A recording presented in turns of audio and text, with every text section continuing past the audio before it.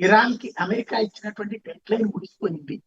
ఈ నేపథ్యంలో ఓ పక్కన ఇరాన్ ఏమో జనాలందరినీ వచ్చి మానవహారాలుగా ఉన్నామని పిలుపునిస్తుంది. అటు అమెరికానేమో ఆ ఇంకా రెడీ అవ్వండి మీరు బూడిదవ్వడానికి, 24 గంటల్లో ఏమైనా కావచ్చు, ఇరాన్ సర్వనాశనం కావచ్చు అని చెప్తుంది. ఇంకోవైపున ఇజ్రాయెల్ వచ్చేటప్పటికి ఇరాన్ లోని రైళ్ల రాకపోకల లక్ష్యంగా దాడులు చేస్తున్నామని ప్రకటించింది.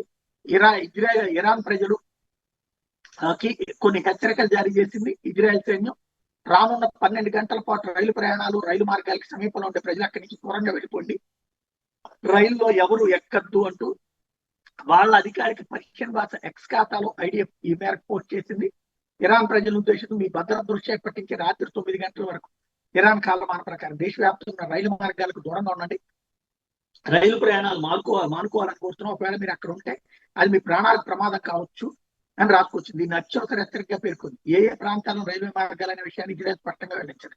హెచ్చరికల మీద ఇరాన్ ఇప్పటిదాకా ఎలాంటి ప్రకటన చేయలేదు. కానీ ఇక్కడ దరిద్రం ఏంటంటే ఇరాన్ ఏమో తన ప్రజల్ని చచ్చిపోమని చెప్తుంది, ఇరాన్ ప్రజల్ని కాపాడాలని ఇజ్రాయెల్ చూస్తుంది.